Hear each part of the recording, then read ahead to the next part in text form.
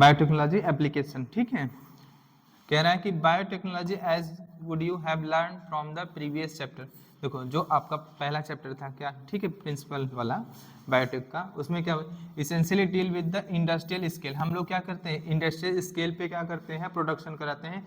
कोई भी हो गया क्या बायो फार्मास्यूटिकल्स, जो भी ड्रग्स वगैरह बनते हैं फार्मास्यूटिकल्स कंपनी में इस्तेमाल होता है, ठीक है। And biological using genetically modified microbes, GM microbes का इस्तेमाल करते हैं। आपका फंजाई हुआ, प्लांट हुआ, एंड एनिमल्स का इस्तेमाल करते हैं, ठीक है। एनिमल्स, इन सब का इस्तेमाल करके हम लोग क्या करते हैं, लार्ज स्केल पे या इंडस्ट्रियल स्केल पे प्रोडक्शन करा सकते हैं जो भी हमारा प्रोडक्ट चाहिए होता है। एप्लीकेशन ऑफ बायोटेक्नोलॉजी इंक्लूड, इनमें क्या, इसके एप्लीकेशन में आपका थेरेपेटिक्स आएगा, डायग्नोस्टिक्स, जेनेटिकली मॉडिफाइड क्रॉप, और क्या फॉर एग्रीकल्चर। प्रोसेस्ड फूड का मतलब होता है, प्रोसेस्ड फूड का होता है मतलब इसमें हम लोग क्या करते हैं, फूड की हम लोग क्या करते हैं क्वालिटी और क्वांटिटी को इन्हेंस कर देते हैं, बढ़ा देते हैं, प्रोसेस फूड तैयार करते हैं। बायो रेमेडिएशन में हम लोग क्या करते हैं, माइक्रोब्स का इस्तेमाल करते हैं, यूज करते हैं माइक्रोब्स का, जो भी आपका पोल्यूशन वगैरह है वाटर में एंड सॉइल में उसको दूर करने के लिए किसी भी माइक्रोब्स का इस्तेमाल करेंगे, उसको क्या कहते हैं हम लोग, बायो रेमेडिएशन कहते हैं। वेस्ट ट्रीटमेंट में हम लोग क्या कर सकते हैं, यूज कर सकते हैं, बायोटेक का एप्लीकेशन है। एनर्जी प्रोडक्शन में क्या हो सकता है, एनर्जी प्रोडक्शन में भी इस्तेमाल होता है। 3 क्राइटेरियाज हैं, 3 critical research areas of biotechnology के, ठीक है। इसमें हम लोग क्या करते हैं, प्रोवाइड द बेस्ट कैटलिस्ट। हम क्या करते हैं बायोटेक में, क्या करते हैं, बेस्ट कैटलिस्ट प्रोवाइड करते हैं, ताकि हमें provide best catalyst in the form of improved organism, usually microbes or pure enzymes। देखो माइक्रोब्स को क्या करना है, हमें ग्रो कराना है या उनसे या तो कोई प्योर एंजाइम्स वगैरह बना, उनके लिए हम लोग क्या करते हैं, अच्छे से अच्छा कैटलिस्ट प्रोवाइड करते हैं। Creating optimal condition through engineering for catalyst to act and down stream processing होती है, technologies to purify the protein organic compound. देखो बायो रिएक्टर तैयार करते हैं, बायो रिएक्टर में हम लोग क्या करते हैं, एक ऑप्टिमम क्या होता है कंडीशन होता है, जिसमें क्या होता है ऑप्टिमम टेम्परेचर होता है, पीएच होता है, आपका क्या होता है ऑक्सीजन की अवेलेबिलिटी होती है, न्यूट्रिएंट की अवेलेबिलिटी होती है। ये सब हम लोग किसमें, ये जो बायोटेक्नोलॉजी के अंदर जो क्रिटिकल रिसर्च एरिया है वो आती हैं, ठीक है। और उसके बाद हम लोग क्या करते हैं, डाउन स्ट्रीम प्रोसेसिंग, मान लो जो भी हमारा प्रोडक्ट बना उसको क्या करें, डाउन स्ट्रीम प्रोसेसिंग में क्या करेंगे, सेपरेशन करेंगे, प्यूरिफिकेशन वगैरह करेंगे। उसके बाद अगर मान लो कोई ड्रग्स वगैरह हैं तो उनमें क्या होता है, क्वालिटी कंट्रोल टेस्टिंग भी होती है, ठीक है। उसके बाद क्लिनिकल ट्रायल वगैरह भी होता है, ठीक है। ये सभी किसमें है, ये 3 क्रिटिकल एरियाज हैं किसके, बायोटेक्नोलॉजी के। कह रहा है let us now learn how human beings, किस तरह से ह्यूमन हैव यूज्ड बायोटेक्नोलॉजी, हम किस तरह से जैव प्रौद्योगिकी का इस्तेमाल करते हैं इम्प्रूव करने के लिए क्वालिटी ऑफ ह्यूमन लाइफ, ठीक है, specially in the field of food production and health sector में और फूड प्रोडक्ट एग्रीकल्चर में, मतलब किस तरह से हम लोग बायोटेक का इस्तेमाल करते हैं उसके बारे में आगे पढ़ते हैं, ठीक। बायोटेक्नोलॉजी का एप्लीकेशन किस में हम लोग देख रहे हैं, एग्रीकल्चर में देख रहे हैं। एग्रीकल्चर में हम लोग किस तरह से बायोटेक का इस्तेमाल करते हैं, जैसे हम लोग एग्रीकल्चर में क्या बनाते हैं, जेनेटिकली मॉडिफाइड ऑर्गेनिज्म बनाते हैं, ठीक है। और देखते हैं, कह रहे हैं let us take 3 option that can be thought to increasing food production. किस तरह से बढ़ा सकते हैं, एक देखो फूड का प्रोडक्शन हम 3 तरीके से बढ़ा सकते हैं, किससे बढ़ा सकते हैं, 3 तरीके। पहला है agro based agriculture. Agro based agriculture में हम लोग करते क्या है, एग्रो बेस्ड जो हमारा एग्रीकल्चर है इसमें हम लोग क्या करते हैं, केमिकल्स का इस्तेमाल करते हैं। किसका इस्तेमाल करते हैं, केमिकल्स का। समझ में आया कि नहीं। देखो जैसे बायो फर्टिलाइजर पे हम यूज करते थे, वो क्या होता है उसमें कोई किसी ऑर्गेनिज्म की यूज करते हैं, लेकिन एग्रो बेस्ड एग्रीकल्चर में हम लोग क्या करें, केमिकल फर्टिलाइजर्स का इस्तेमाल करेंगे। किसका, केमिकल फर्टिलाइजर्स का इस्तेमाल करेंगे।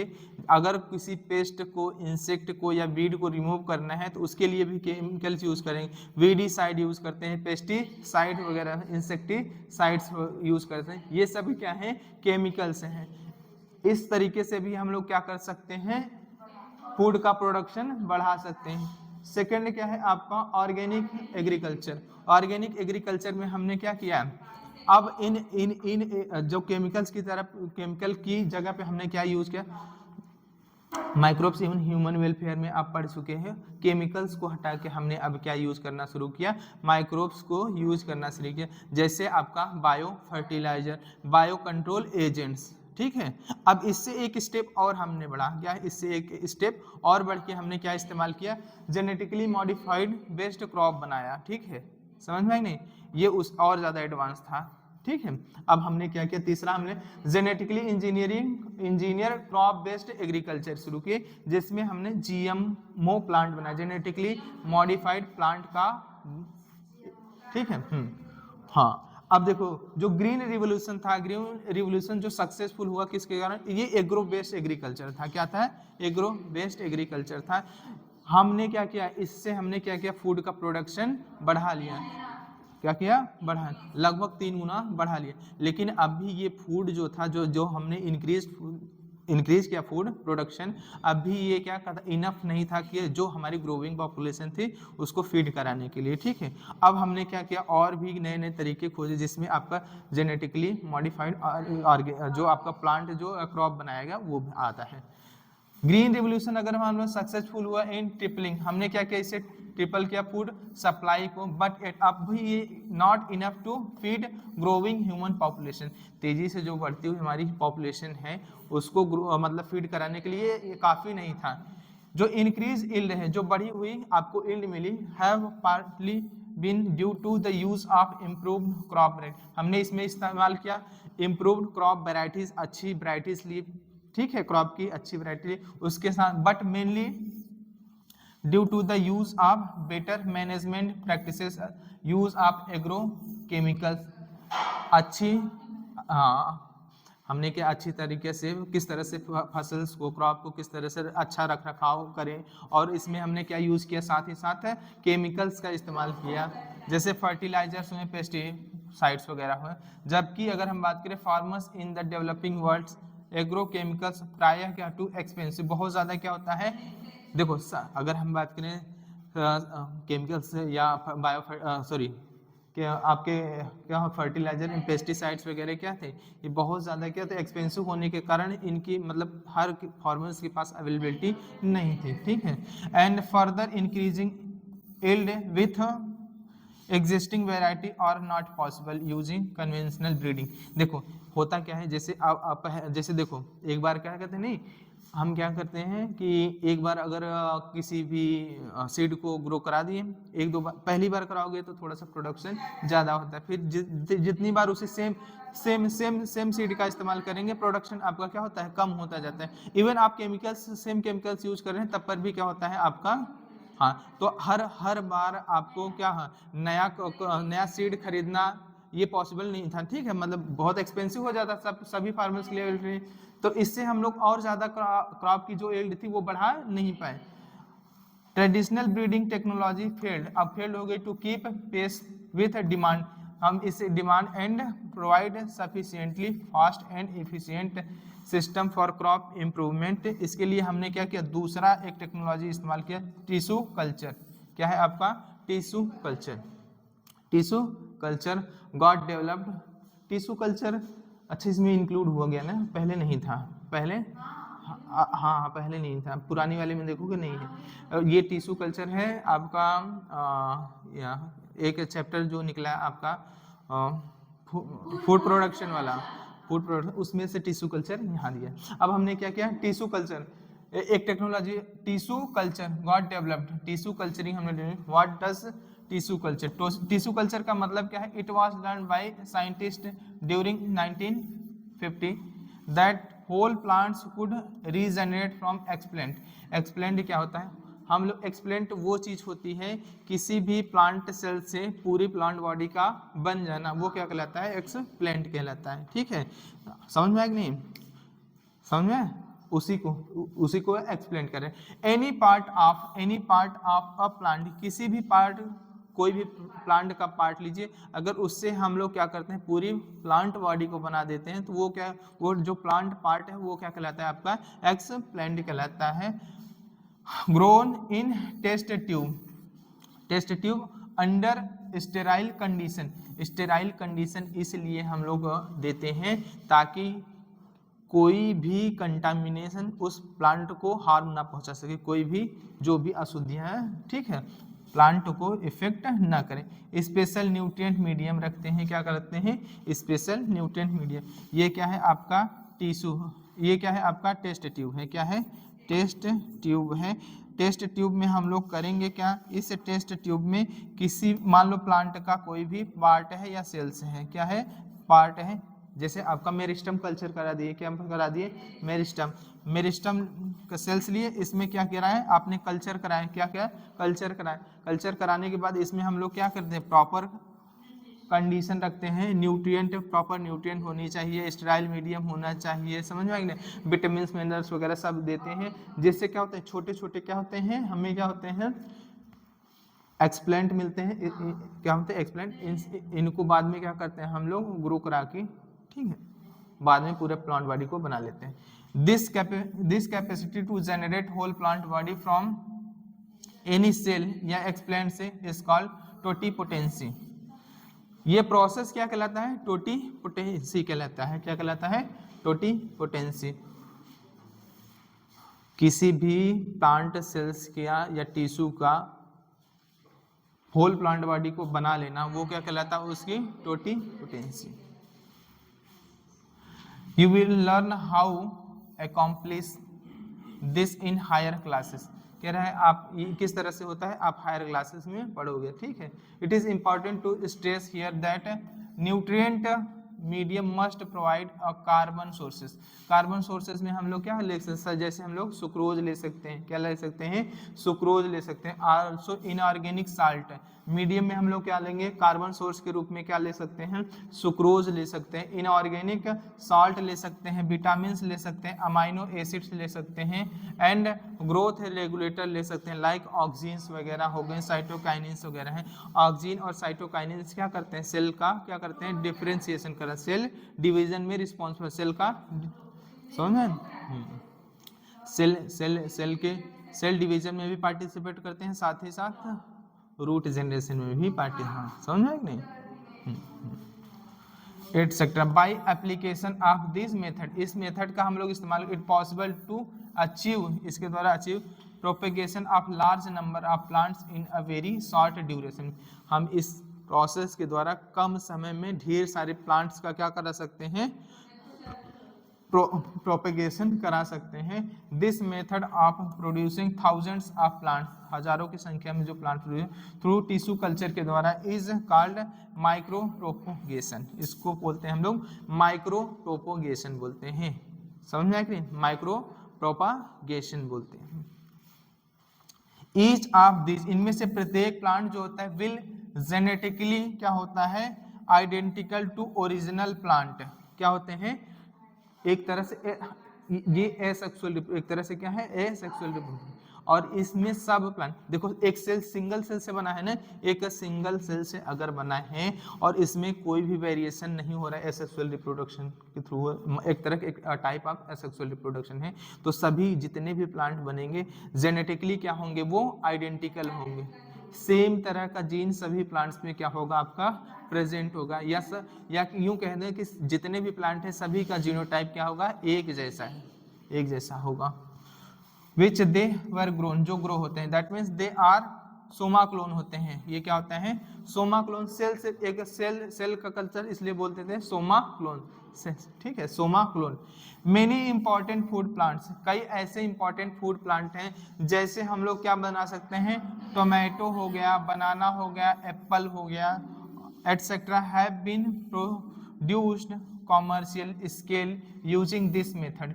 देखो आज सुन लो, आजकल मार्केट में जाओगे खरीदने तो छोटे छोटे प्लांट्स मिलते हैं ना, हाँ, छोटे छोटे प्लांट्स मिलते हैं, आपको बेचे जाते हैं, तो कॉमर्शियल प्रोडक्शन इनका करा सकते हैं, मार्केट बेचते भी हैं। Try to visit tissue culture laboratory, जहाँ tissue culture laboratory your teacher to better understand and appropriate process.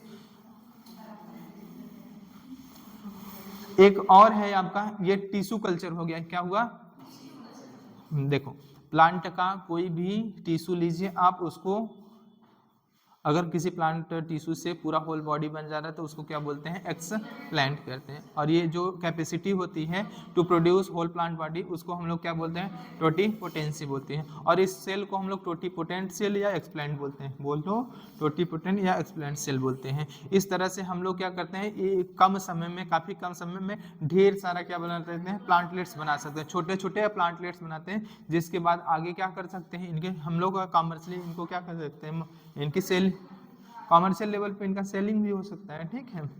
Another important application of the method is recovery of healthy plants from disease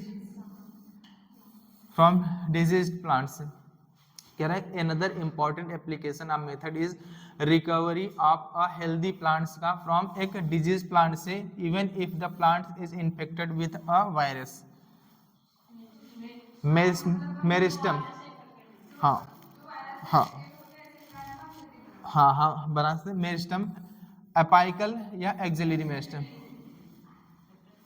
root apical meristem, shoot apical meristem और lateral meristem को हम लोग बोलते हैं axillary meristem.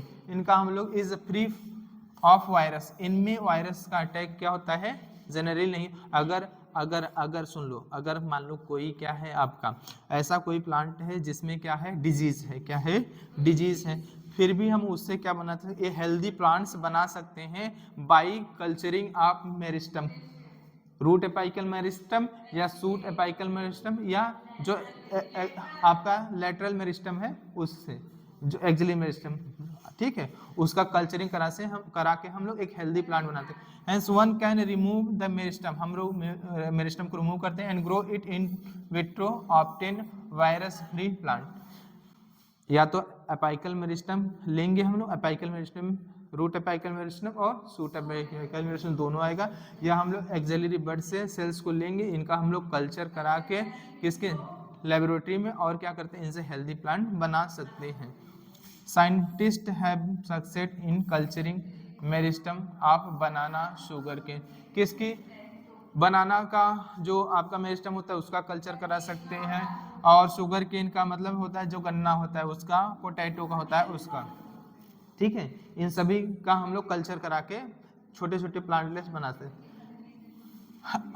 कह रहे हैं scientist have even isolate a single cell from plants, एक सिंगल सेल को प्लांट से क्या करते हैं, आइसोलेट करते हैं, and after digesting their cell wall have been able to isolate naked protoplast surrounded by plasma membrane. Isolated protoplast from two different varieties of plant, each having desirable characters, can be fused to hybrid protoplast. देखो मान लो दो अलग अलग के क्या है आपके, दो अलग अलग स्पीसीज के हम लोग क्या लिए, जैसे एक टोमेटो हो गया और एक पोटैटो होगा, टोमेटो का और टमाटर का हम लोग क्या लेते हैं, प्रोटोप्लास्ट लेते हैं, इनके प्रोटोप्लास्ट को आपस में क्या करते हैं, फ्यूज करा के एक नया प्रोटोप्लास्ट जिसको हम लोग बोलते हैं पोमेटो, बाद ये वो तो बाद में पोमेटो, हाँ ठीक है, हाँ ठीक है, इनको फ्यूज करा देते हैं, फिर क्या करते हैं, फर्दर ग्रो, फिर क्या करते हैं, इनको ग्रो कराते हैं और फॉर्म करते हैं एक नया प्लांट, एक क्या करते हैं, नया प्लांट। और ये नया प्लांट जो होता है उसमें दोनों को कैरेक्टर होंगे, प्लांट ए का भी होगा, प्लांट बी का। जैसे हम लोग बनाते हैं पोमेटो, समझ में है, पोमेटो, आलू और टमाटर, एक कॉमन प्लांट से आपको आलू भी मिलेगा और टमाटर भी मिलेंगे, ठीक है, ठीक है। आलू कहाँ मिलता है, हाँ, और टमाटर, हाँ। दिस हाइब्रिड इज कॉल्ड, इसको हम लोग बोलते हैं, इसको हम लोग क्या बोलते हैं, सोमैटिक हाइब्रिड्स बोलते हैं, क्या बोलते हैं हम लोग, सोमैटिक हाइब्रिड बोलते हैं। वाइल द प्रोसेस, और ये जो process of making somatic hybrid, इस तरह के सोमैटिक हाइब्रिड को बनाने के लिए जो प्रोसेस इस्तेमाल होता है उसको हम लोग बोलते हैं सोमैटिक हाइब्रिडाइजेशन। क्या बोलते हैं हम लोग, सोमैटिक हाइब्रिडाइजेशन। कह रहा है कि imagine a situation is when a proto, कह रहा है अब आप इमेजिन करिए, प्रोसेस बता चुका है, कह रहा है आप इमेजिन करिए when a protoplast of a tomato, एक टोमेटो का प्रोटोप्लास्ट जो फ्यूज कर रहे हैं हम लोग किसके साथ, पोटैटो के साथ, एंड देन दे ग्रोन, उसके बाद उनका हम लोग क्या कर रहे हैं, ग्रो करा रहे हैं और फॉर्म कर रहे हैं एक न्यू हाइब्रिड प्लांट जिसमें कंबाइन टोमेटो एंड पोटैटो दोनों के कैरेक्टर होंगे, किसके, टोमेटो के भी कैरेक्टर होंगे और आपके पोटैटो के भी कैरेक्टर होंगे, किसमें, ये जो आपका नया प्लांट बना जिसको हम लोग बोलते हैं सोमेटिक हाइब्रिड के द्वारा जो आपका प्लांट बना, ठीक है, उसमें टोमेटो के भी कैरेक्टर होंगे और पोटैटो को भी कैरेक्टर होंगे, उसको मारो उठे थे।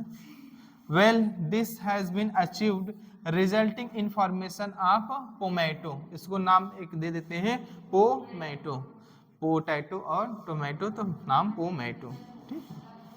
Unfortunately, this plant did not have all the desired combination of character for its commercial utilization.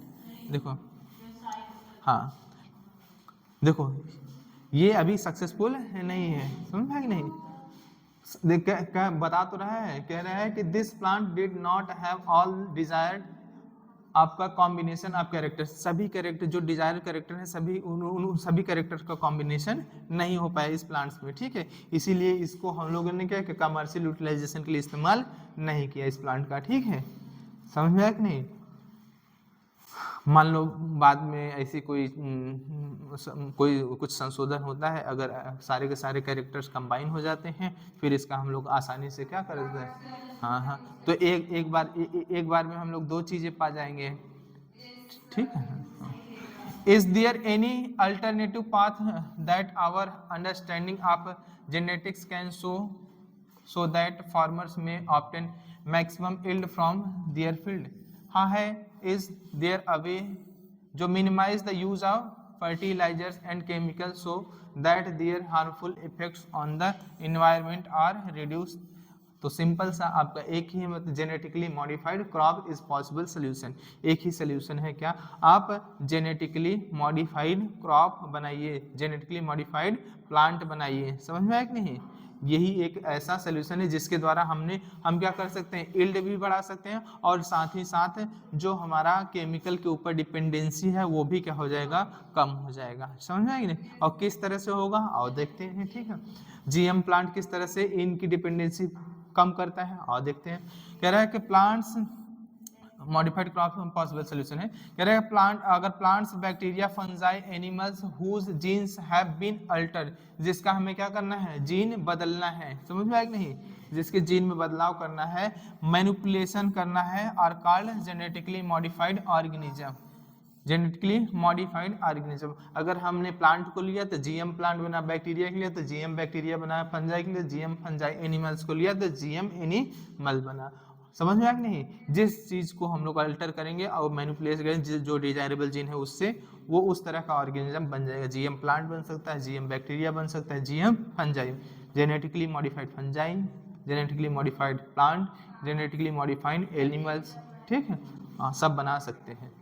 Plants have been useful in many ways, plant कई तरीके से हमारे लिए यूजफुल है, जो जेनेटिकली मॉडिफाइड है, जो जेनेटिकली मॉडिफाइड है, किस तरह से, मेड क्रॉप मोर टॉलरेंट, अगर हम किसी प्लांट को जेनेटिकली मॉडिफाइड कर रहे हैं तो वो किस तरह से हमारे लिए बेनिफिशियल हो सकता है, क्या करेगा, मेड क्रॉप मोर, ऐसा प्लांट जो जेनेटिकली मॉडिफाइड होता है वो क्या होता है, मोर टॉलरेंट हो जाता है टू एबायोटिक स्ट्रेसेस, जैसे आपका कोल्ड के प्रति और किसके प्रति, ड्रॉट के प्रति और साथ साल्ट और हीट के प्रति क्या हो जाता है, वो ज्यादा, अब इसकी टॉलरेंसी बढ़ जाती है। ये मान लो ऐसा कोई प्लांट था, ए प्लांट था, वो ज्यादा कोल्ड एरिया में ग्रो नहीं कर पाए, उसको हमने जेनेटिकली मॉडिफाई कर दिया, अब वो क्या करेगा, कोल्ड में आसानी से ग्रो कर पाएगा।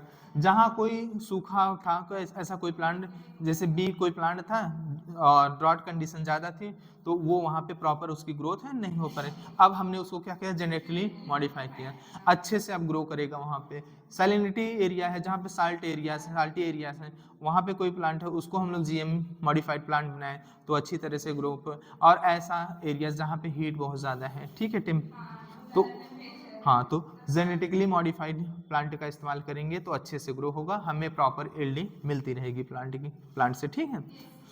इस तरह से रिड्यूस रिलायबल ऑन केमिकल, देखो जो हमारी केमिकल्स पे निर्भरता थी वो जेनेटिकली मॉडिफाइड प्लांट बनाने से क्या हो गए, कम हो गई, ठीक है। पेस्टिसाइड, पेस्ट रेजिस्टेंट, और इससे हमने क्या किया, अब हम पेस्ट को यूज ही नहीं करेंगे, प्लांट को ही हमने पेस्ट रेजिस्टेंस बना दिया। मान लो मैं इस एरिया में कोई प्लांट ए है और वो बी इंसेक्ट या पेस्ट के लिए क्या है, वल्नरेबल है, समझ रहे हो। तो अब हमने क्या किया, उस पर्टिकुलर प्लांट को बी इंसेक्ट के लिए रेजिस्टेंस बना दिया। अब वो इस पे क्या करेगा, अगर उसका अटैक होता है, वो जैसे इसकी पत्तियों को, फूल को, फल को जैसे ही खाएगा, अब क्या हो जाता है, उसका डेथ हो जाता है। तो इस तरह से वो इंसेक्ट पर्टिकुलर जान जाता है कि इसको खाना हमारे लिए हार्मफुल है, ठीक है। फिर इस तरह से हम लोग प्लांट को केमिकल की जो डिपेंडेंसी है उसको खत्म कर सकते हैं। साथ ही help to reduce post harvesting losses. Post harvesting losses का मतलब होता है, जैसे मान लो कि कोई फसल है, ठीक है, आपने हार्वेस्ट किया, ठीक है, हार्वेस्ट करने के बाद वो जल्दी खराब हो जाती थी। जैसे एक एग्जांपल है आपका टमाटर का, टमाटर को तोड़ते थे पहले तो क्या करते थे, आप तोड़ने के बाद कुछ समय बाद टमाटर खराब हो जाता था, एक नया टमाटर की वैरायटी बनाई जिससे फ्लेवर सेवर टोमेटो बोला गया, ठीक है। उसमें क्या होती, जल्दी से सॉफ्टनिंग नहीं होती थी और वो काफ़ी दिन तक आपको बना रहता है। देखो गर्मियों में आएगा, अभी टमाटर जल्दी सड़ता नहीं है ना गलता है, ठीक है, हाँ बना रहता है। तो ये वो सब टमाटर क्या है, जेनेटिकली मॉडिफाइड प्लांट से ही मिलते हैं, समझ गए। ये भी हो सकता है। कह रहा है increase efficiency of mineral uses की इफिशियंसी को बढ़ा देता है। मान लो प्लांट ने 10 ग्राम मिनरल पहले, अगर जेनेटिकली मॉडिफाइड प्लांट नहीं है तो मान लो 10 ग्राम मिनरल उसने सॉइल से लिया, लेकिन उसमें से यूज बहुत कम किया। अब क्या होगा, जेनेटिकली मॉडिफाइड प्लांट जितना आवश्यक है उतने ही क्या करेगा, एब्जॉर्ब करेगा सॉइल से, उतना ही यूज करेगा, ठीक है। इस तरह से मिनरल की यूज ऑफ मिनरल इफिशियंसी उसको बढ़ा देगा plant. This prevent early exhaustion of fertility of soil. इससे क्या होता है, पहले क्या होता था, फर्टिलिटी ऑफ सॉइल जो थी जल्दी खत्म हो जाती थी। अब क्या होगा, जीएम प्लांट होता है जल्दी सॉइल की फर्टिलिटी को खत्म नहीं होने देता है, समझ में नहीं, सॉइल की जो आपकी न्यूट्रिएंट वैल्यू होती है उसको काफी लंबे समय तक बना के रखता है, ठीक है, समझ में आया कि नहीं। एनहेंस न्यूट्रिशनल वैल्यू, हाँ इसमें देखो प्लांट की हमने क्या किया, क्वालिटी को भी इनहेंस कर दिया, किससे, जेनेटिकली मॉडिफाइड ऑर्गेनिज्म से, और क्वांटिटी को भी। क्वांटिटी का मतलब होता है अमाउंट बढ़ जाना, और क्वालिटी का मतलब होता है कि जैसे उसकी गुणवत्ता को बढ़ा देना, समझना। जैसे हमने क्या किया, हमने जो राइस बनाया, क्या बनाया, राइस, एक गोल्डन राइस में हमने क्या किया, इसकी तो प्रोडक्शन को बढ़ाया ही बढ़ाया, साथ ही साथ में इसको जो राइस था उसको विटामिन ए रिच बना दिया, क्या बना दिया, विटामिन ए रिच बना दिया, समझ में आया कि नहीं। और विटामिन ए किस में इस्तेमाल होता है,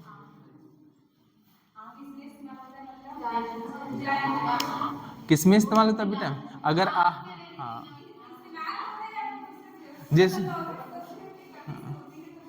नाइट ब्लाइंडनेस जिसको, हाँ एनरिच्ड राइस, कह रहा है in addition to this uses, सुन लो, ये इनके अलावा भी genetically modified create tailor made plant to supply alternative resources to industries in the form of starches, fuel and pharmaceuticals। इसके अलावा जेनेटिकली मॉडिफाइड ऑर्गेनिज्म जो होता है वो इंडस्ट्रीज के लिए क्या, इन द फॉर्म ऑफ हम लोग प्लांट बनाए जो इससे स्टार्च मिलता है, फ्यूल मिलता है, और फार्मास्यूटिकल्स में भी, ठीक है, ये भी जेनेटिकली मॉडिफाइड जीएम प्लांट का यूज है।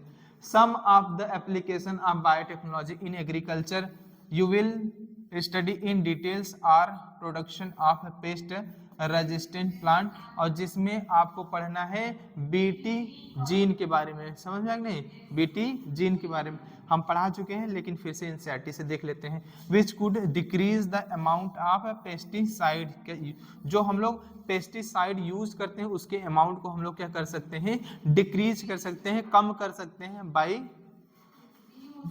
Using of BT toxin.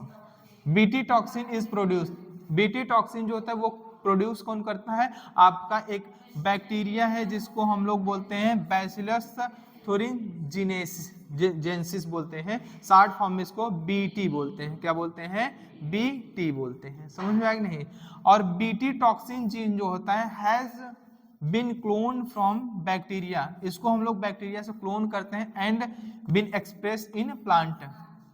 क्या क्लोन क्या करते हैं, जो बीटी जीन है उसको क्या करेंगे हम लोग बैक्टीरिया से क्या करेंगे, उसके बाद हम लोग इसको यूज करेंगे किसमें, प्लांट में, और ये प्रोवाइड करता है resistant to insect without need for insecticide. अब हमें इंसेक्टिसाइड जो केमिकल्स यूज करते हैं उसका इस्तेमाल करना नहीं पड़ेगा, क्योंकि हमने प्लांट को ही इंसेक्ट रेजिस्टेंस बना दिया है by using BTG. In effect created a biopesticide, हमने क्या बनाया, बायोपेस्टिसाइड। अब केमिकल पेस्टिसाइड को हमने हटा दिया, अब हमने क्या तैयार कर लिया, biopesticide. Biopesticide example are BT cotton हो सकता है, बीटी कॉर्न हो सकता है, राइस हो सकता है, टोमेटो हो सकता है, पोटैटो हो सकता है, और बीटी सोयाबीन हो सकता है। अगर आपको बोले फर्स्ट ट्रांसजेनिक प्लांट क्या था, वो क्या था आपका टोबैको। टोबैको। बीटी कॉटन के बारे में पढ़ना है, किसके बारे में पढ़ना है, कॉटन, जिससे हमें क्या मिलती है, रुई मिलती है। इसका पेड़ देखो हो, देखियो ना, हाँ हाँ चलो। कह रहा है सम स्टेन ऑफ, याद रखना सम स्टेन, ऑल स्टेन या मेनी स्टेन, सम कुछ strain of bacillus thuringiensis produce protein, और ये क्या करती हैं, क्या सभी सभी बैसिलस थुरिनजेंसिस नहीं, कुछ बैसिलस थुरिनजेंसिस के स्ट्रेन होते हैं जो प्रोड्यूस करते हैं एक तरह की प्रोटीन जिसका नाम हाँ ठीक है, कुछ ही हैं जो प्रोड्यूस करती हैं प्रोटीन, और ये प्रोटीन क्या करती है, किल कर देती है किसको, सर्टेन, याद रखना सर्टेन इंसेक्ट, हाँ सर्टेन इंसेक्ट सच एच, जो लेप्डोप्टेरेंस हो गए। लेप्डोप्टेरेंस में आपका टोबैको वार्म आएगा, बर्ड वार्म आएगा, क्या आएगा, टोबैको, बर्ड वार्म और army warm, tobacco, bird warm और आर्मी वार्म। ये किसको किल कर सकता है, आप लेपिडोप्टेरेंस, लेपिडोप्टेरेंस, और लेपिडोप्टेरेंस में कौन सा आएगा आपका, टोबैको, बर्ड वार्म आएगा और आर्मी वार्म। याद रखना लेपिडोप्टेरेंस में क्या क्या आएंगे, टोबैको, बर्ड वार्म और आर्मी वार्म। ये इंसेक्ट है, ये क्या है, इंसेक्ट, लेपिडोप्टेरेंस इंसेक्ट में आता है, और इसके अंतर्गत क्या आता है, टोबैको, बर्ड वार्म और आर्मी वार्म जो आते हैं। समझ में, ये है, समझे, हाँ। और दूसरा है कोलियोप्टेरेंस, कोलियोप्टेरेंस याद करना आसान है, बीटल्स होता है, क्या होता है इसमें, बीटल्स जो इंसेक्ट है वो आता है। और आपका है डिप्टेरा, समझ में है, डिप्टेरा में फ्लाइज वगैरह आती हैं, और क्या है, फ्लाइज है तो क्या आएगा आपका, फ्लाइज और मॉस्किटोज, माछी और मसा, ठीक है, माछी और मसा, मच्छर, ठीक है, ये सब आएंगे किसमें, आपके डिप्टेरेंस में। लेपिडोप्टेरेंस में कौन कौन से इंसेक्ट आएंगे आपके, टोबैको, बर्ड वार्म और आर्मी वार्म। बीटल्स किस में आता है आपका, कोलियोप्टाइल, कोलियोप्टेरेंस में आपका आएगा, कोलियोप्टेरेंस में आएगा आपका बीटल्स, और डिप्टेरेंस में आएगा आपका फ्लाइज और मॉस्किटो, माछी और मसा, ठीक है, जैसे याद हो वैसे याद करो।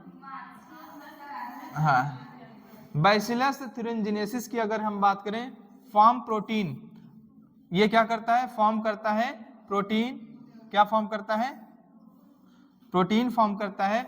बैसिलस थ्रियोजेनेसिस जो करता है फॉर्म करता है प्रोटीन, और ये क्रिस्टल फॉर्म में होती है during particular phase of their growth. Bacillus thuringiensis जो फॉर्म करती है आपका प्रोटीन, वो पर्टिकुलर उस फेज जो आपकी ग्रोथ फेज होती है उसकी बैसिलस थ्रियोजेनेसिस, उसमें किस फॉर्म में होती है, क्रिस्टल फॉर्म में होती है, क्रिस्टल फॉर्म में होती है। और इस समय ये इनएक्टिव होती है, क्या होती है, इनएक्टिव होती है, containing a toxic insecticidal protein. Why does this toxin not kill bacillus, ये बैसिलस को क्यों किल नहीं करता है, क्यों, क्योंकि ये बैसिलस में जब होता है ये inactive form, actually the BT toxin protein exist in active protoxin, ये पहले किस फॉर्म में होती है, इनएक्टिव प्रोटॉक्सिन के फॉर्म में होती है। जब लेकिन इसको कोई इंसेक्ट इंजेक्ट करता, खाता है, इनएक्टिव टॉक्सिन जो होती है वो अब बदल जाती है किसमें, एक्टिव टॉक्सिन में, active form of toxin, toxin में, ड्यू टू एल्कलाइन पीएच। ये एल्कलाइन पीएच किसमें, गट ऑफ इंसेक्ट, जो इंसेक्ट इसको खाता है उसके गट में एल्कलाइन पीएच होने के कारण ये आपकी जो इनएक्टिव प्रोटॉक्सिन थी अब चेंज हो जाती है एक्टिव टॉक्सिन में, चेंज हो जाती है। फिर क्या करती है ये पहले क्रिस्टलाइन फॉर्म में थे, अब ये सॉल्वलाइज फॉर्म में, सॉल्वल फॉर्म में आ जाती है। अब क्या करती है द क्रिस्टल, और ये क्या करेगी, एक्टिवेट टॉक्सिन, और ये बाइंड करता है सरफेस ऑफ मिड गट जो एपिथेलियम सेल्स होती है उससे, और इसके बाद क्या करता है, अब इंसेक्ट के गट के एपिथेलियम में पोर्स फॉर्म करता है, जिससे इंसेक्ट की क्या हो जाती है, स्वेलिंग के कारण, और लाइसिंग, सेल लाइसिंग का मतलब होता है आप लिसिस हो जाती है, सेल की लिसिस, और क्या होती है इवेंचुअली कॉज डेथ, बैक्टीरिया बेचारा इंसेक्ट बेचारा मर गया, खाने के चक्कर में मर गया, समझ है, खाने के चक्कर में मर गया बेचारा। इस तरह से ये अपने आप को प्रोटेक्ट करते हैं इंसेक्ट से, समझ में नहीं। कह रहा है species BT toxin gene were isolated from bacillus thuringiensis, specific BT, अलग अलग स्पेसिफिक बीटी जीन, समझ में नहीं, जो कि अलग अलग स्ट्रेन, अलग अलग स्ट्रेन होती है किसकी, बैसिलस थ्रियोजेनेसिस। देखो कुछ अलग अलग स्ट्रेन होंगे, सम स्ट्रेन का है ना, तो कुछ अलग अलग, जो अलग अलग स्ट्रेन से अलग अलग बीटी जीन मिलेगा ना, एक स्ट्रेन लोगे उससे दूसरा बीटी जीन, फिर अगला उससे दूसरा, इस तरह से हम अलग अलग बीटी जीन जो होती है, जो बैसिलस थ्रियोजेनेसिस की स्ट्रेन होती है उससे क्या करते हैं, आइसोलेट कर लेते हैं। आइसोलेट करने के बाद इसको हम लोग incorporated into several crops plant, अब इसको हम लोग प्लांट जो प्लांट का क्रॉप होता है उसके अंदर क्या करते हैं, इस पर्टिकुलर बीटी जोन को इंट्रोड्यूस करते हैं। जैसे आपका कॉटन हुआ उसके अंदर बीटी जीन को हम लोग क्या करेंगे, इंट्रोड्यूस करेंगे। द चॉइस ऑफ जीन, हम जीन की चॉइस जो होती है वो किस पे डिपेंड करते हैं, कौन सा बीटी जीन हम चुनेंगे पर्टिकुलर किस इंसेक्ट के लिए, किस क्रॉप के लिए, समझ में आया ना। ये अपॉन क्रॉप एंड टारगेट, ये पेस्ट पे डिपेंड करता है और प्लांट पे, इसीलिए बीटी जेन जो होता है, बीटी जेन जो होता है पर्टिकुलर प्लांट और पर्टिकुलर पेस्ट के लिए क्या होता है, स्पेसिफिक। मान लो ए प्लांट के लिए तुमने एक बी बीटी जीन यूज किया, तो वो पर्टिकुलर ए प्लांट के ही ऊपर क्या होगा, काम करेगा, और अगर किसी अदर इंसेक्ट का इस पे अटैक होता है तो वो क्या करता है, उसको कोई भी हार्म नहीं हुआ। हाँ, जिस इंसेक्ट के लिए ये बीटी जीन उस प्लांट में आया उसी पर्टिकुलर इंसेक्ट को ही क्या करेगा, हार्म करेगा, किसी अदर इंसेक्ट को कोई भी हार्म या कोई भी इफेक्ट नहीं पहुंचाता है। Most BT toxin insect group specific होते हैं, मोस्ट बीटी टॉक्सिन्स, ज्यादातर जो बीटी टॉक्सिन जो होते हैं वो इंसेक्ट ग्रुप स्पेसिफिक होते हैं। The toxin is coded by, जो टॉक्सिक जीन होती है वो किससे कोडेड होती है, क्राई जीन से, क्या होती है, क्राई जीन से।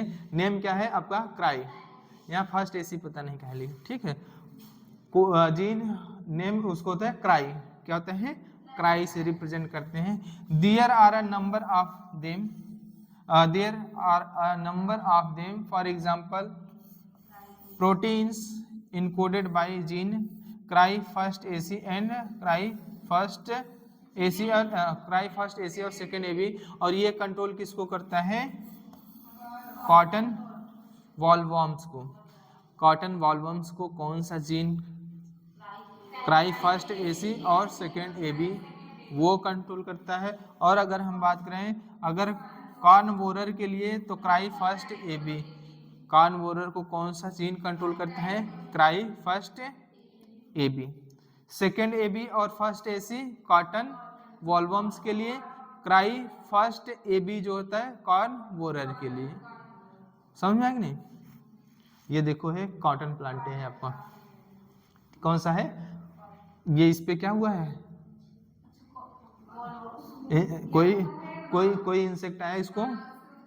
हाँ, कॉटन, ये कॉटन वॉल्वम है, डिस्ट्रॉय बाय द वॉल्वम। ये वॉल्वम को द्वारा क्या हुआ है? खत्म कर दिया गया है। और ये क्या है? A fully mature cotton wall है। पेस्ट रेजिस्टेंस प्लांट हमने क्या बनाया? पेस्ट रेजिस्टेंस प्लांट बनाया। प्लांट को हमने पेस्ट रेजिस्टेंस बनाया। कुछ निमेटोड्स क्या है? कुछ निमेटोड्स हैं, निमेटोड जो पैरासाइट होते हैं as a wide variety of plants and animals.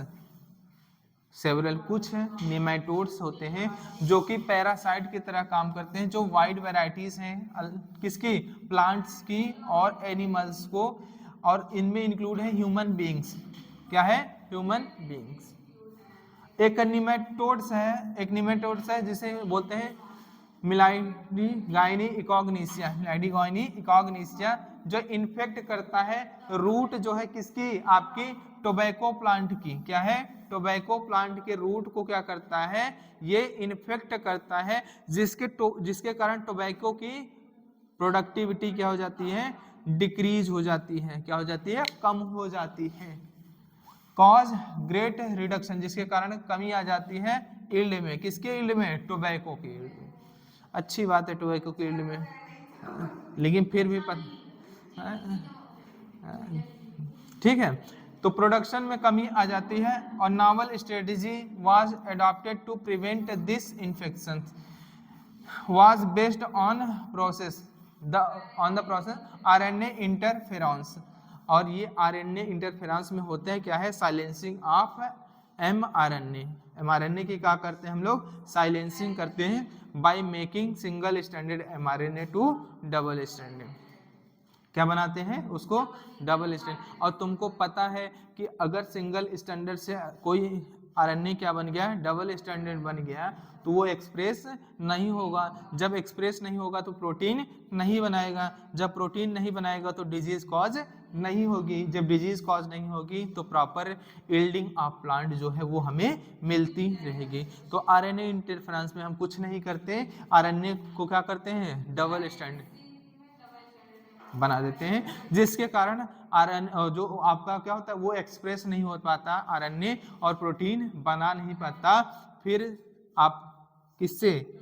जो मिलाइनोगाइनी इकॉग्निसिया है उसके इन्फेक्शन से आप बच जाते हैं। मतलब नहीं प्लांट जो है आपका बच जाता है और प्रॉपर यील्ड जो होती है टोबैको की हमें मिलती रहती है। तो आइए पढ़ते हैं आरएनए इंटरफेरेंस है क्या। आरएनए इंटरफेरेंस जो होते हैं टेक्स प्लेस इन, हमेशा याद रखना, ऑल यूकारियोटिक ऑर्गेनिज्म, जितने भी यूकारियोटिक ऑर्गेनिज्म है उनमें एक सेलुलर डिफेंस मैकेनिज्म होती है। हम में होगी कि नहीं? अरे हम भी तो यूकारियोटिक में है। जितने भी यूकारियोटिक ऑर्गेनिज्म है उनमें सेलुलर डिफेंस की जो मैकेनिज्म होती है उसको हम लोग बोलते हैं आरएनए इंटरफेरेंस। क्या बोलते हैं? एज अ मेथड, एक मेथड होती है किसकी? सेलुलर डिफेंस की। सेलुलर डिफेंस की एक मैकेनिज्म होती है जितने भी यूकारियोटिक ऑर्गेनिज्म है उनमें, उसको बोलते हैं हम लोग आरएनए इंटरफेरेंस बोलते हैं।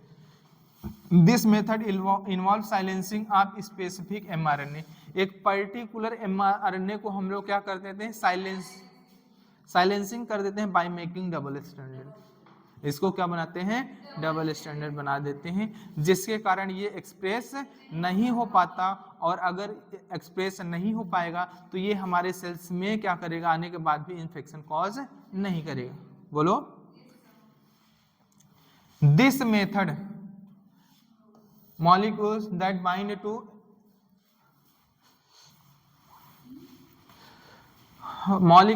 Bind to prevent translation of the mRNA, उसी को हम लोग बोलते हैं साइलेंसिंग। देखो, this method involve silencing of specific mRNA due to complementary double standard RNA। Complementary double standard RNA। Hello, class में पढ़ाते वहाँ होते हैं।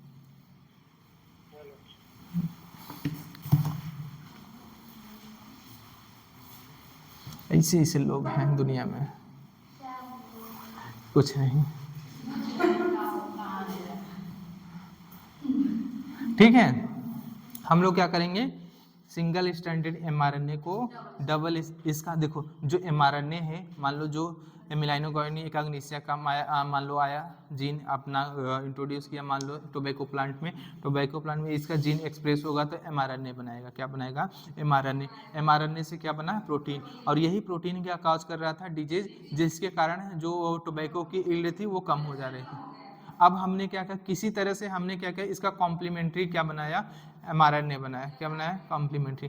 जब अगर जानते हो कॉम्प्लीमेंट्री RNA, मगर अगर मान लो ये सिंगल स्टैंड है, इसका हमने क्या बनाया, कॉम्प्लीमेंट्री RNA बना लिया। ठीक है, अगर इसके पास आएगा तो ये इसके साथ डबल स्टैंड फॉर्म करेगा। क्यों? क्योंकि इसका कॉम्प्लीमेंट्री है, और कॉम्प्लीमेंट्री है तो हाइड्रोजन बॉन्ड मेकिंग हो जाएगी, और ये सिंगल स्टैंड से डबल स्टैंड होगा। और जैसे ही ये सिंगल स्टैंड से डबल स्टैंड हुआ, इसकी साइलेंसिंग हो गई, साइलेंसिंग ऑफ mRNA। अगर इस mRNA की साइलेंसिंग हो गई, और तुमको पता है कि सिंगल स्टैंड का ही ट्रांसलेशन होता है, एक सिंगल mRNA का ही जो RNA है उसकी सिंगल स्टैंड होगी, उसी का क्या होगा, ट्रांसलेशन होगा, प्रोटीन बनेगी। अगर ये डबल स्टैंड है, अगर इसको ट्रांसलेट करना है तो सिंगल स्टैंड होना पड़ेगा। अब ये सिंगल स्टैंड नहीं हो पाएगा, जब सिंगल स्टैंड नहीं हुआ ट्रांसलेशन नहीं होगा, ट्रांसलेशन नहीं होगा तो प्रोटीन नहीं बनेगा, प्रोटीन नहीं बनेगा तो डिजीज कॉज नहीं करेगा। इस तरह से डबल स्टैंडर्ड बना के इसको हम लोग क्या करते हैं, साइलेंस, इसके एक्सप्रेशन को हम लोग साइलेंस करते हैं। किसके द्वारा? याद रखना है, this method involve silencing of a specific mRNA due to complementary, किसके द्वारा, कॉम्प्लीमेंट्री डबल स्टैंडर्ड RNA के द्वारा। देखो इसका पूरा एक मैकेनिज्म है, कहोगे तो पढ़ा देंगे, नहीं कहोगे तो, लेकिन तुम लोग देखने इतना न्यूट्रल है तो ना पढ़ाने का मन ही नहीं करता।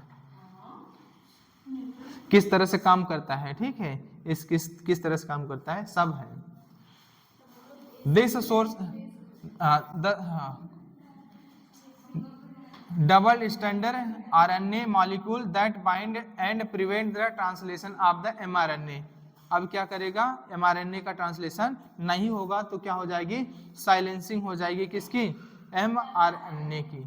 द सोर्स ऑफ दिस, ये जो कॉम्प्लीमेंट्री RNA है, उसका सोर्स क्या होता है, जो सोर्स होता है ऑफ दिस कॉम्प्लीमेंट्री RNA, ये जो कॉम्प्लीमेंट्री RNA का सोर्स क्या होता है, could be from infection by virus.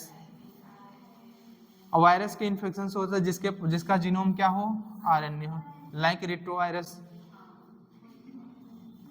और मोबाइल जेनेटिक एलिमेंट्स को कोई हो सकता है, मोबाइल जेनेटिक एलिमेंट जिसको हम लोग बोलते हैं ट्रांसपोजान या जंपिंग जीन के नाम से भी जानते हैं। और इसको तुम पढ़ोगे मॉलिक्यूलर बेसिस ऑफ इनहेरिटेंस जब पढ़ाएंगे तो तुमको बताएंगे कि ट्रांसपोजान क्या होता है, कोडिंग होता है या नॉन कोडिंग होता है, बताएंगे। ट्रांसपोजान क्या होता है, कोडिंग या नॉन कोडिंग?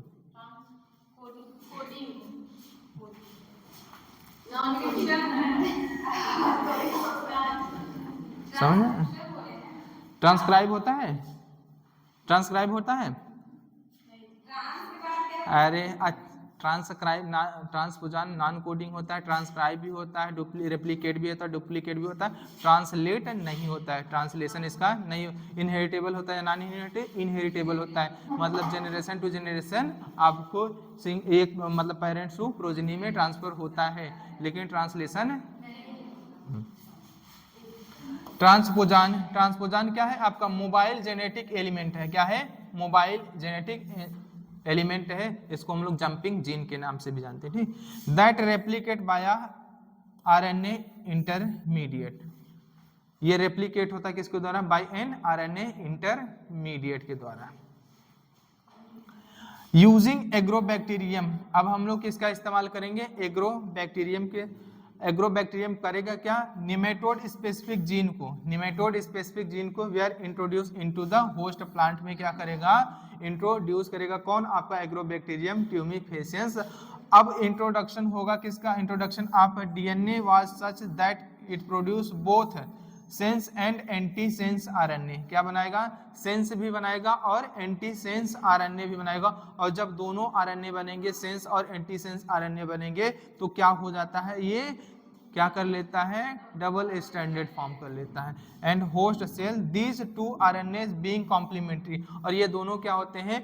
एक दूसरे के कॉम्प्लीमेंट्री होते हैं। Other form a double standard क्या बना लेते हैं? RNA that initiates RNA interference. अब ये क्या करता है? चालू करता है आरएनए इंटरफेरेंस। किस तरह से चालू करता है? एंड दस साइलेंस द स्पेसिफिक एमआरएनए। इसमें सीधा लिखा दिया साइलेंस द स्पेसिफिक एमआरएनए, लेकिन इसका क्या होता है? ये मैकेनिज्म है, ठीक है of the nematodes. अब the consequences was that parasite could not survive. अब पैरासाइट सर्वाइव नहीं कर पाएगा किसमें? जो ट्रांसजेनिक होस्ट है उसके अंदर, इसका expressing specific interfering RNA. The transgenic plant therefore got itself protected from parasite. अब ये क्या होता है? पैरासाइट से अपने आप को प्रोटेक्ट कर पाता है। क्या करता है? प्रोटेक्ट कर पाता है। बाय ये क्या है आपका? ये देख लो, इस पे किसका अटैक है? मिलाइनो गाइनी इकॉग्निसिया। और इस पे क्या है? नहीं। देखो कह रहा है कि host plant generated double standard trigger protection against nematodes infection. जब होस्ट प्लांट जब क्या करता है? जनरेट करता है डबल स्टैंडर्ड, तो ये ट्रिगर करता है प्रोटेक्शन अगेंस्ट किसके? निमेटोड इन्फेक्शन के। और ए क्या है? Root of typical control plants. B क्या है? Transgenic plant. ये क्या है? Transgenic plant. ये आपका टिपिकल प्लांट है और ये क्या है? आपका ट्रांसजेनिक प्लांट है। अब roots in 5 days after deliberating infection of nematode but protected through novel mechanism। RNA interference के द्वारा अपने आप को क्या करता है? प्रोटेक्ट कर लेता है। बायोटेक्नोलॉजी का मेडिसिन में किस तरह से इस्तेमाल करें बता दिए हैं तुमको। इंसुलिन फॉर्मेशन किस तरह से हम लोग इंसुलिन बनाते हैं, समझ में? चलो पढ़ लेते हैं फिर से। द रिकॉम्बिनेंट डीएनए टेक्नोलॉजी, जो आपका रिकॉम्बिनेंट डीएनए टेक्नोलॉजी प्रोसेस है, have made eminence impact of areas of health care by enabling mass of production of safe and more effective therapeutic drugs। अगर हम बात करें जो हमारा बायोटेक्नोलॉजी है, जो बायोटेक्नोलॉजी का प्रोसेस है, समझ में आएगा? जो प्रक्रम है, जैव प्रौद्योगिकी का जो प्रक्रम है, इसके द्वारा हम लोग क्या करते हैं? इससे सेफ और इफेक्टिव क्या बना सकते हैं? ड्रग्स वगैरह फॉर्म कर सकते हैं। जैसे तुमको वैक्सीन बनाना है तो वैक्सीन भी बना सकते हैं, एंटीबायोटिक बनाना है एंटीबायोटिक्स भी बना सकते हैं। और ऐसा नहीं है, सेफ और इफेक्टिव, सुरक्षित भी है और कारगर भी है। जो हम लोग ड्रग्स या एंटीबायोटिक्स हो गया या आपको इसके द्वारा बना के इस्तेमाल करते हैं वो। फर्दर रिकॉम्बिनेंट, कुछ रिकॉम्बिनेंट थेरेपेटिक्स हैं, do not induce unwanted immunological response. देखो तुमको पता है कि इम्यूनोलॉजिकल रिस्पॉन्स का मतलब होता है किसी दूसरे सोर्स से अगर कुछ चीज़ें बना रहे हो, अगर हमारी बॉडी में आती हैं, हो सकता है हमारी बॉडी में कुछ इम्यूनोलॉजिकल रिस्पॉन्स हो। क्यों? क्योंकि हमारा इम्यून सिस्टम जानता है कि ये सेल्फ बॉडी में ना या दूसरे, हाँ, तो ये क्या करता है? ये इम्यूनोलॉजिकल रिस्पॉन्स को अनवांटेड जो इम्यूनोलॉजिकल रिस्पॉन्स आते हैं उनको इंड्यूस नहीं करता है। जो हमारा क्या होता है? रिकॉम्बिनेंट जो थेरेपेटिक्स ड्रग्स होते हैं आरडीएनए टेक्नोलॉजी से जो हम लोग कोई ड्रग्स वगैरह फॉर्म करते हैं वो, समझे? As common in case of similar product isolated from non human sources and other. देखो जो जैसे मान लो हमारे अंदर जो इंसुलिन है, ठीक है, और कोई इंसुलिन हम अदर ऑर्गेनिज्म में बना के यूज़ कर रहे हैं, तो उसका हमारे इम्यून सिस्टम पे कोई भी अनवांटेड इम्यूनोलॉजिकल रिस्पॉन्स नहीं आता है। क्यों? क्योंकि क्या होता है, एक जैसा हमें प्रोडक्ट जो हमारा अदर सोर्स है उससे भी मिलता है और जो हमारी बॉडी में मिलता है उससे। क्यों? क्योंकि तुमको पता है कि कोई कोडान हो गया या कोई कोडान, समझते हो ना, कोडान स्पेसिफिक होता है। क्या होता है? स्पेसिफिक होता है। ऐसा नहीं है कि अगर इंसुलिन सिंथेसाइजिंग कोई जीन मेरे अंदर है या किसी दूसरे के अंदर डालोगे वो जीन, तो मतलब वो अलग, कुछ अलग तरीके का कोडान उसमें होगा। सेम कोडान होता है। कोडान यूनिवर्सल होने के कारण जो प्रोडक्ट बनता है आपको एक जैसा प्रोडक्ट मिलता है। इसीलिए हम में जो होता है अनवांटेड इम्यूनोलॉजिकल रिस्पॉन्स नहीं आने देता। कौन? आर रिकॉम्बिनेंट जो प्रोडक्ट फॉर्म होता है वो। एट प्रेजेंट अगर हम बात करें अबाउट 30 रिकॉम्बिनेंट थेरेपेटिक्स, कितनी है? लगभग 30 रिकॉम्बिनेंट थेरेपेटिक्स ड्रग्स हैं जिनको हमने अप्रूवल दिया है फॉर ह्यूमन यूज के लिए। किसके लिए? ह्यूमन यूज के लिए। इनमें से 12 कहाँ पे हैं? हमारे इंडिया में। वर्ल्ड पूरे वर्ल्ड में कितनी है? 30। और जिनको ह्यूमंस के लिए अप्रूव किया गया है, यूज के लिए, ह्यूमन यूज के लिए क्या किया गया है? अप्रूव किया गया है। कोई भी थेरेपेटिक ड्रग्स होती है ऐसे ही उसको यूज करने के लिए अप्रूवल नहीं दिया जाता जब तक प्रॉपर उसकी टेस्टिंग या क्लिनिकल ट्रायल नहीं हो जाता है तब तक। तो अब तक लगभग कितनी है? 30 हैं जो पूरे वर्ल्ड में है, लेकिन उनमें से 12 हमारे इंडिया में है। This are presently being marketed, जो हमारी मार्केट में अवेलेबल है। समझ में आया कि नहीं? जेनेटिकली इंजीनियर्ड इंसुलिन, कैसे हम लोग जेनेटिकली मतलब रिकॉम्बिनेंट डीएनए टेक्नोलॉजी से कैसे हम लोग इंसुलिन फॉर्म करेंगे उसके बारे में देखते हैं, ठीक है। Management of adult onset diabetic is possible by taking insulin at a regular time interval. जैसे जैसे हमारा क्या होता है, एज बढ़ने लगता है, ठीक है, हमें डायबिटिक होते, अगर कोई डायबिटिक पेशेंट है तो उसको रेगुलर इंटरवल पे क्या लेना पड़ता है? इंसुलिन लेना पड़ता है। अगर इंसुलिन नहीं दोगे तो क्या होगा? ग्लूकोज का अपटेक कम हो जाएगा। जब ग्लूकोज का अपटेक कम होगा तो क्या होगा? हो सकता है वो व्यक्ति किस में चला जाए? कोमा में भी जा सकता है, अनकॉन्शियस हो सकता है। समझ में आया कि नहीं? तो इसीलिए रेगुलर टाइम पे हम लोग क्या देते हैं? उसको इंसुलिन देते हैं। देखो अब इंसुलिन देना है तो इसका हमें क्या करना है? प्रोडक्शन भी लार्ज स्केल पे कराना है। बोलो, लार्ज स्केल पे प्रोडक्शन भी कराना है। तो इस लार्ज स्केल पे प्रोडक्शन कराना है तो हम लोग किसका इस्तेमाल करते हैं? रिकॉम्बिनेंट डीएनए टेक्नोलॉजी का या जेनेटिक इंजीनियरिंग का, ठीक है। What would be a diabetic patient do if enough human insulin was not available?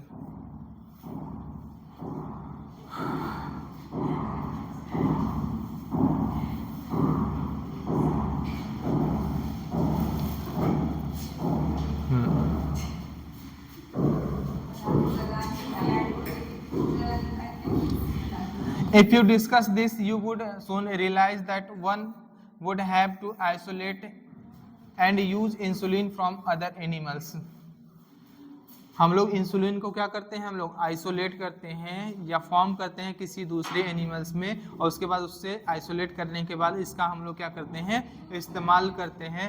Would the insulin isolated from other animals, जो हम लोग just as effective as that secreted by human body itself, would it not elicit an immune response in human body?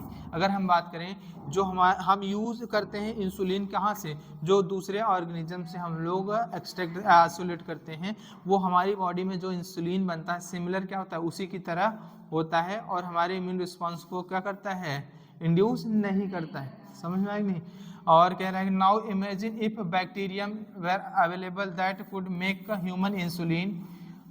E coli के अंदर हम लोग क्या बनाते हैं? ह्यूमन इंसुलिन बनाते हैं। Suddenly the whole process becomes so simple, you can easily grow a large quantities of a bacteria and make as much insulin you needed. Bacteria के अंदर क्यों बनाते हैं?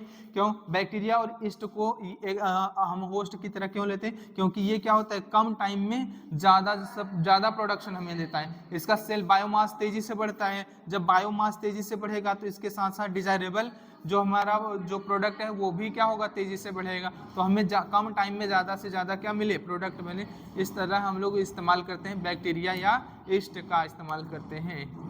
समझ में आ गया? इसका जनरेशन टाइम क्या होता है, कम होता है। क्या होता है? जनरेशन टाइम कम होता है, इसलिए इसको इस्तेमाल करें। Think about the whether the insulin can be orderly administrated to diabetic peoples और नॉट। बाय ओरली एडमिनिस्ट्रेशन करा सकते हैं डायबिटिक, क्या ओरली हम दे सकते हैं क्या इंसुलिन को?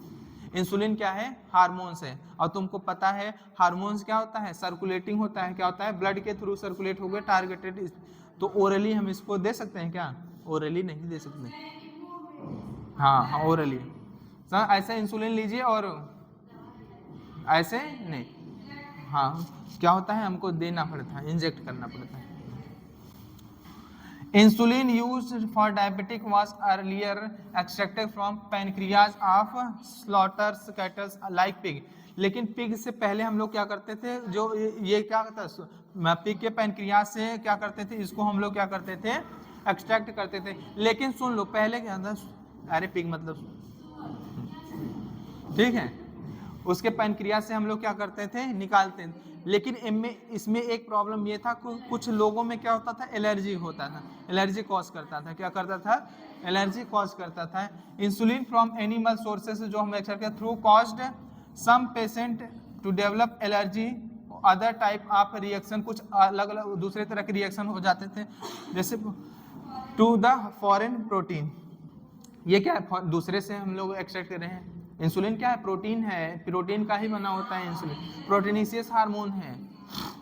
Insulin consist of 2 short polypeptide chain. इसमें क्या होते हैं, 2 शॉर्ट पॉलीपेप्टाइड चेन होते हैं। एक चेन ए होता है और एक चेन क्या होता है, बी होता है। That link together by disulphide bridge. Disulphide ऐसे, ये क्या होता है, डाइसल्फाइड ब्रिज के द्वारा क्या होते हैं, ये आपस में लिंक्ड होते हैं। समझ में आ नहीं, कौन, ए पेप्टाइड और बी पेप्टाइड। ठीक है, कह रहा है इन मैमल्स में जो इंक्लूडिंग ह्यूमन, इंसुलिन जो होता है वो सिंथेसाइज जो होता है एज अ प्रो इंसुलिन। ये आपका जो स्ट्रक्चर है ये क्या है, आपका प्रो इंसुलिन है। इसमें क्या है, आपका ए पेप्टाइड है और क्या है, आपका बी पेप्टाइड है। ये क्या है, आपका ए पेप्टाइड और ये बी, और ये क्या है, आपका सी पेप्टाइड है। तो प्रो इंसुलिन में तीनों पेप्टाइड होते हैं, ये भी होता है और बी भी होता है। also needed to be processed, इसको हम लोग क्या करते हैं, प्रोसेस करते हैं before it becomes a fully mature and functional. ठीक है, और जब अगर मैच्योर और फंक्शनल होना है तो इसको क्या कर लेगा, which contain an extra stage, जिसको हम लोग करते हैं सी पेप्टाइड। और ड्यूरिंग मैच्योरेशन हम लोग क्या करेंगे, इसी सी पेप्टाइड को क्या करते हैं, रिमूव करते हैं। This C peptide is not present in किसमें, mature insulin and is removed during maturation. Maturation के दौरान इस सी पेप्टाइड को हम लोग क्या करते हैं, रिमूव करते हैं इनटू इंसुलिन से। The main challenges for production of insulin, देखो हमने क्या किया, हमारे सामने जो कठिनाई आ रही थी इंसुलिन प्रोडक्शन में, वो क्या आ रही थी कि हमने ए पेप्टाइड भी बना लिया, बी पेप्टाइड भी बना लिया। अब हमारे साथ मेन जो क्या था, main challenge of production of insulin using RDNA technology was getting insulin assemble. इनको जोड़ने में प्रॉब्लम आ रही थी, इनको असेंबल करने में, ए पेप्टाइड को बी पेप्टाइड से कैसे असेंबल करें यही नहीं समझ में आ रहा था। रिकॉम्बिनेंट DNA टेक्नोलॉजी के द्वारा जो हम लोग इंसुलिन बना रहे थे, इसके द्वारा हमने ए पेप्टाइड और बी पेप्टाइड को अलग अलग बनाया। बनाने के बाद हमें यही नहीं समझ में आ रहा था इसको कैसे आपस में असेंबल किया जाए, और जब तक ये आपस में असेंबल नहीं होंगे तब तक इफेक्टिव नहीं होंगे। बाद में हमें पता चला कि ए और बी को हम असेंबल कर सकते हैं बाई डाइसल्फाइड बॉन्ड। बाद में इनको आपस में असेंबल किया गया और यूज किया गया एज अ मैच्योर इंसुलिन की फॉर्म। ठीक है, into a mature form in 1983 में एक अमेरिकन कंपनी थी जिसका नाम था इली लिली, एन अमेरिकन कंपनी। उन्होंने बनाया था 2 DNA सीक्वेंस को करस्पॉन्डिंग, जिनमें क्या था, ए आपका था ए पेप्टाइड था और बी पेप्टाइड था चैन ह्यूमन इंसुलिन का, और बाद में उसको introduce them in plasmid of E coli जो प्रोड्यूस इंसुलिन चैन, जो बाद में क्या बनाया, इंसुलिन चैन को बनाया। और इस चैन ए और चैन बी को हमने क्या किया, प्रोड्यूस सेपरेटली, अलग अलग जो प्रोड्यूस है उसको separately extracted and combined by creating disulphide bond. E coli, हाँ इकोलाई के अंदर हमने क्या किया, अलग अलग ए चैन को बनाया, बी चैन को बनाया, बाद में इनको हमने आइसोलेट किया, समझ में, इसके बाद इनको हमने क्या किया, डाइसल्फाइड बॉन्ड के द्वारा जोड़ दिया। इस तरह से हमने इसको यूज किया। हाँ, ये आपका प्रो इंसुलिन है, ये क्या है आपका मैच्योर इंसुलिन, समझ में, ये सी पेप्टाइड है और ये ए और ये बी, ठीक है। और ये देख लो डाइसल्फाइड बॉन्ड। जीन थेरेपी में किस तरह से इस्तेमाल करेंगे, कोई मान लो डिफेक्टिव जीन है, क्या है, कोई डिफेक्टिव जीन है या किसी जीन की आप में डिफिशियंसी है, क्या है, किसी भी दूसरी जीन को रिमूव करना और उसको करेक्ट करना, या कोई जीन अगर नहीं है तो उस जीन को क्या करना है, इंट्रोड्यूस करना। जीन थेरेपी में देखो क्या होता है, a person is burn with heredity disease, मान लो जन्मजात कोई उसके अंदर क्या है, बीमारी है, मदर से प्रोजेनी में आया, ठीक है, मदर से प्रोजेनी या पेरेंट्स, ठीक। कैन करेक्टिंग थेरेपी, हम लोग उसको क्या कर सकते हैं, जीन थेरेपी के द्वारा करेक्ट कर सकते हैं, be taken for such disease. Gene therapy is attempt to do this, gene therapy के द्वारा हम ऐसा कर सकते हैं। Gene therapy is a collection of method, ये क्या है, एक सिंगल मेथड, इसमें ढेर सारी मेथड इन्वॉल्व होते हैं, कलेक्शन ऑफ मेथड, समझ में, ढेर सारी मेथड्स इन्वॉल्व होते हैं जो allow correction of a gene defect, जो दूसरी जीन है उसको करेक्ट करने के लिए, सुधारने के लिए, that has been diagnosed in child या एम्ब्रियोज, किसी चाइल्ड या एम्ब्रियोज में जो डायग्नोस होता है उसके बाद। Here gene are inserted into a person's cell and tissue to treat disease को हम लोग दूर करने के लिए जीन को क्या करते हैं, इंसर्ट कराते हैं पर्सन्स के सेल्स में या टिश्यू में। करेक्शन ऑफ जेनेटिक डिफेक्ट, कोई genetic defect involve the delivery of a normal gene into the individual or embryo to take over the function of and compensate for the non functional gene. इसका कहने का मतलब हो गया correction of genetic defect, कोई genetic defect है उसको correct करना है, इसमें इन्वॉल्व होता है delivery of a normal gene, जो नॉर्मल जीन है उसकी हम लोग डिलीवरी करते हैं उस पर जो डिफेक्टिव पर्सन है या चाइल्ड है या एम्ब्रियो है उसके अंदर, individual or embryo take over the function, और ये क्या करता है, अब टेक ओवर कर लेता है उस फंक्शन को आप कंपनसेट करने के लिए फॉर नॉन फंक्शनल जीन का, जो नॉन फंक्शनल जीन था उस, ठीक है। The first clinical gene therapy, जो पहली क्लिनिकल जीन थेरेपी थी वो परफॉर्म हुई थी कब, 1990 में। एक 4 ईयर ओल्ड गर्ल थी, 4 साल की एक बच्ची थी, विथ क्या थी, adenosine deaminase deficiency, adenosine deaminase deficiency, उसमें एडीए क्या था, डेफिशिएंसी था। दिस एंजाइम इज क्रूशियल, ये एंजाइम क्या होता है, आपको क्रूशियल होता है इम्यून सिस्टम की फंक्शनिंग में। अगर आपके इम्यून सिस्टम की प्रॉपर फंक्शनिंग है उसके लिए ये जीन क्या होता है, जरूरी होता है, ये एंजाइम जरूरी होता है। The disorder is caused due to deletion of the gene adenosine deaminase, जो एडिनोसिन डीएमिनेज जीन था उसका क्या हो गया, डिलीशन हो गया, जिसके कारण ये डेफिशिएंसी आई, ठीक है। इन सम चिल्ड्रेन, कुछ चिल्ड्रेन में ADA deficiency can be cure कर सकते हैं bye bone marrow transplantation. Bone marrow transplantation ये एक तरह का टेम्परोरी मेथड होता है, क्या होता है, टेम्परोरी मेथड होता है।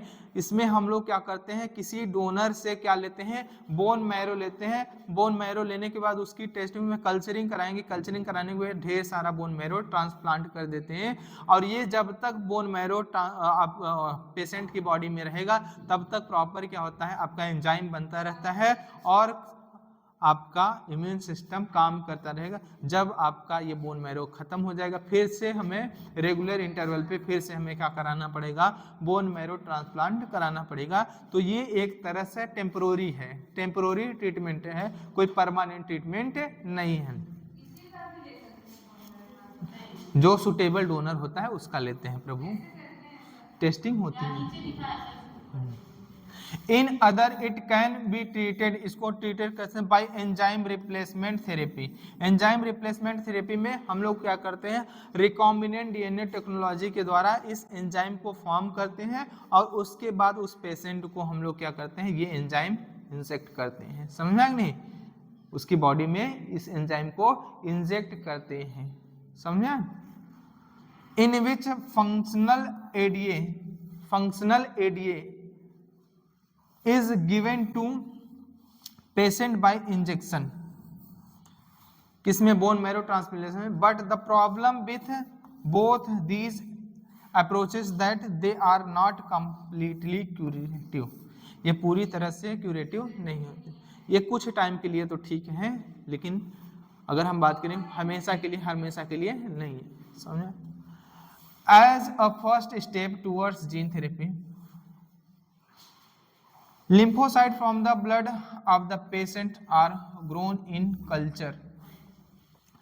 as a first step towards gene therapy की तरफ जो थे, lymphocyte from the blood of the patient का जो lymphocyte होता है उसको हम लोग क्या करते हैं, ग्रो कराते हैं कल्चर आउटसाइड, जो होता है कल्चर होता है the body of function ADA cDNA।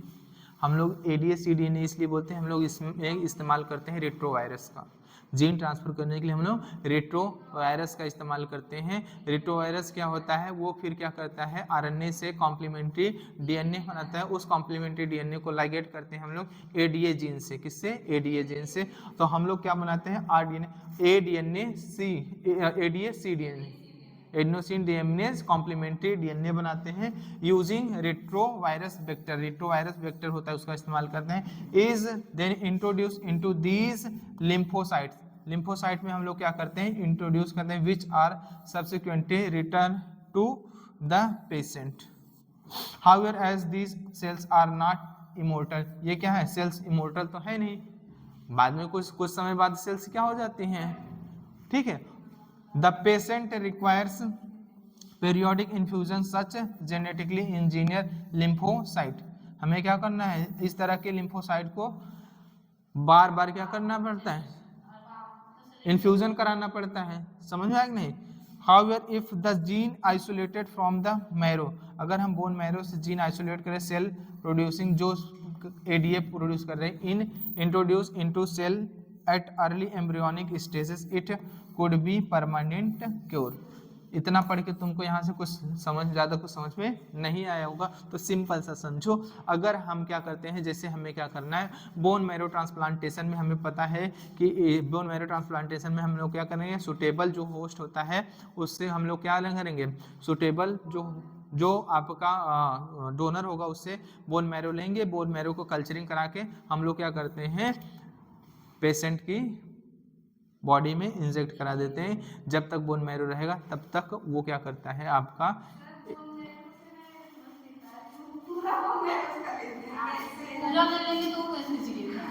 नहीं, बोन मैरो लेंगे, बाद में हम लोग कल्चरिंग कराते हैं ना,